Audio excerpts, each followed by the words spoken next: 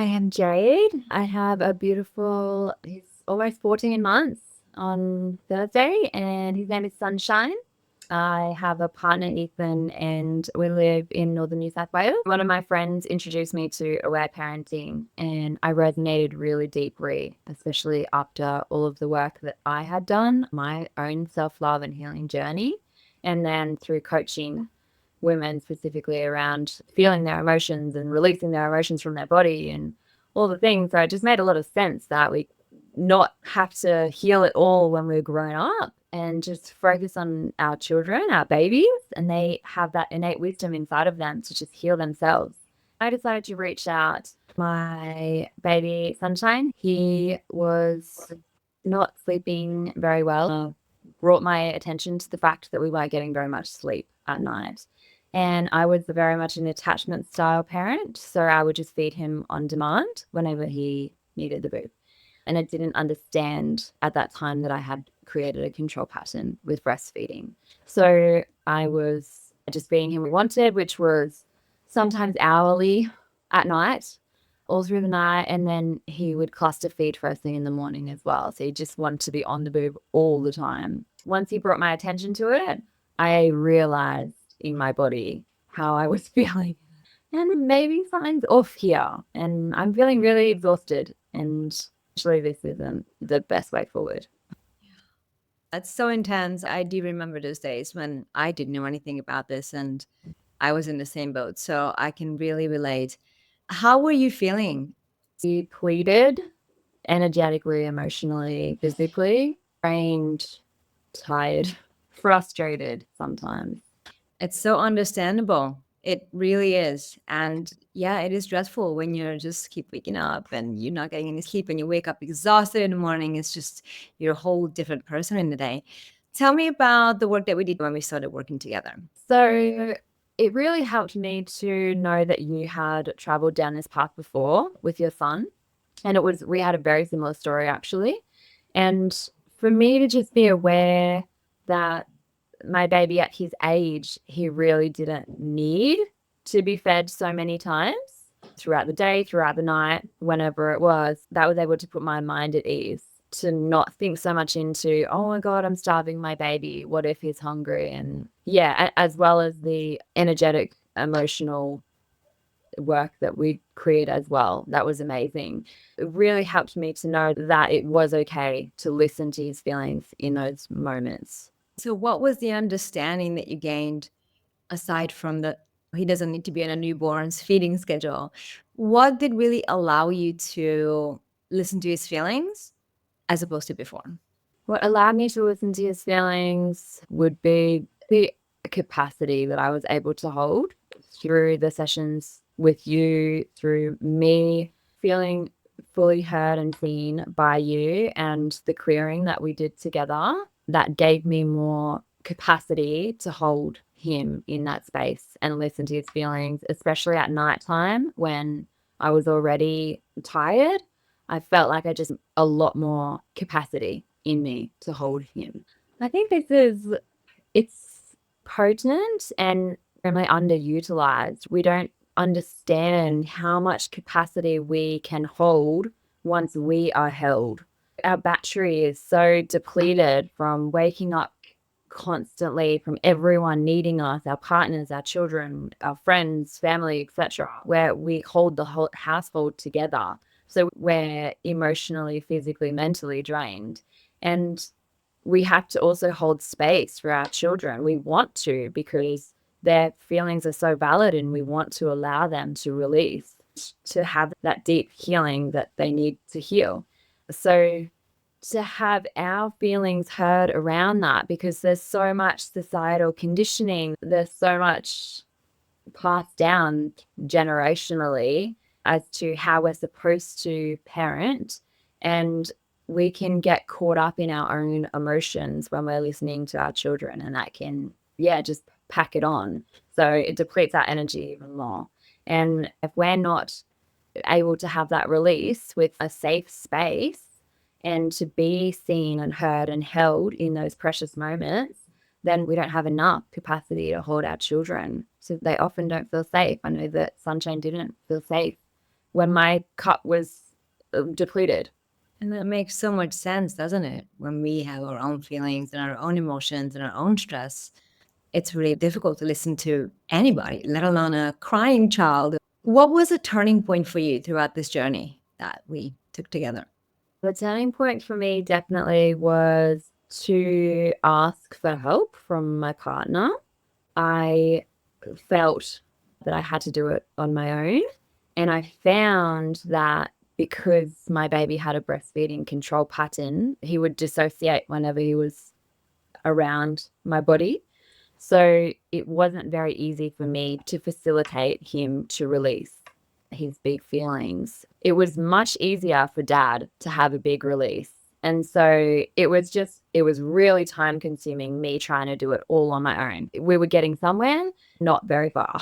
The big turning point was when you shared that your husband would help and take the baby. We did only a few, I think 3 maximum nights of that. And then we had a full night's sleep, 2 full night sleeps back to back. And then the baby got sick. Now we've just started again. Yeah. A full night's sleep last night, which is amazing.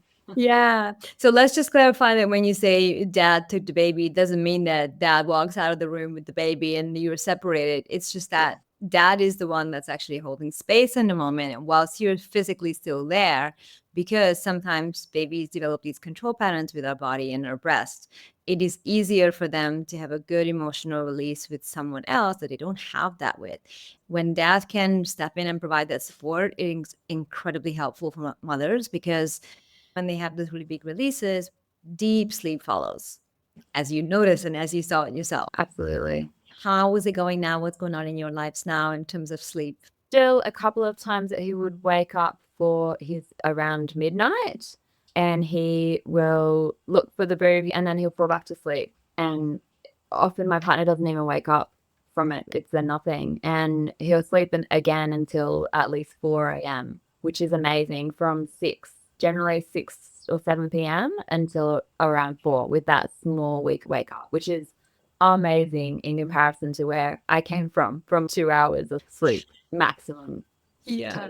How are your energy levels and your sleep and your mood as a result? My mood is amazing. I'm feeling really excited about what the future holds. I feel like I have a lot more energy just because of that.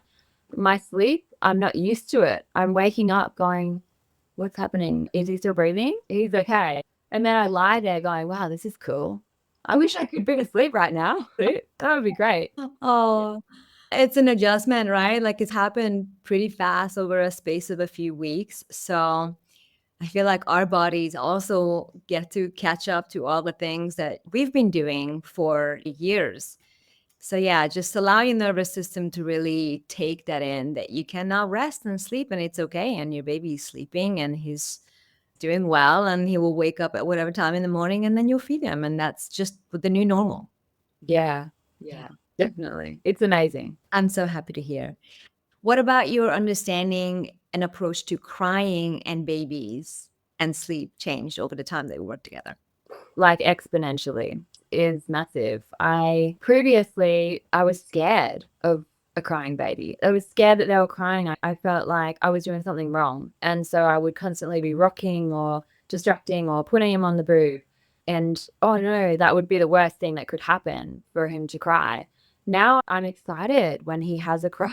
I get to hold space and I get to lovingly be present with him and allow him to go through his emotional release so that he can heal. He can heal from his birth trauma. He can heal from his everyday frustrations. And it feels amazing. It's an honor that I get to hold space for my precious baby and to know that he doesn't have to do all this work, these years worth of work that I had to do, that I'm still doing in my 30s.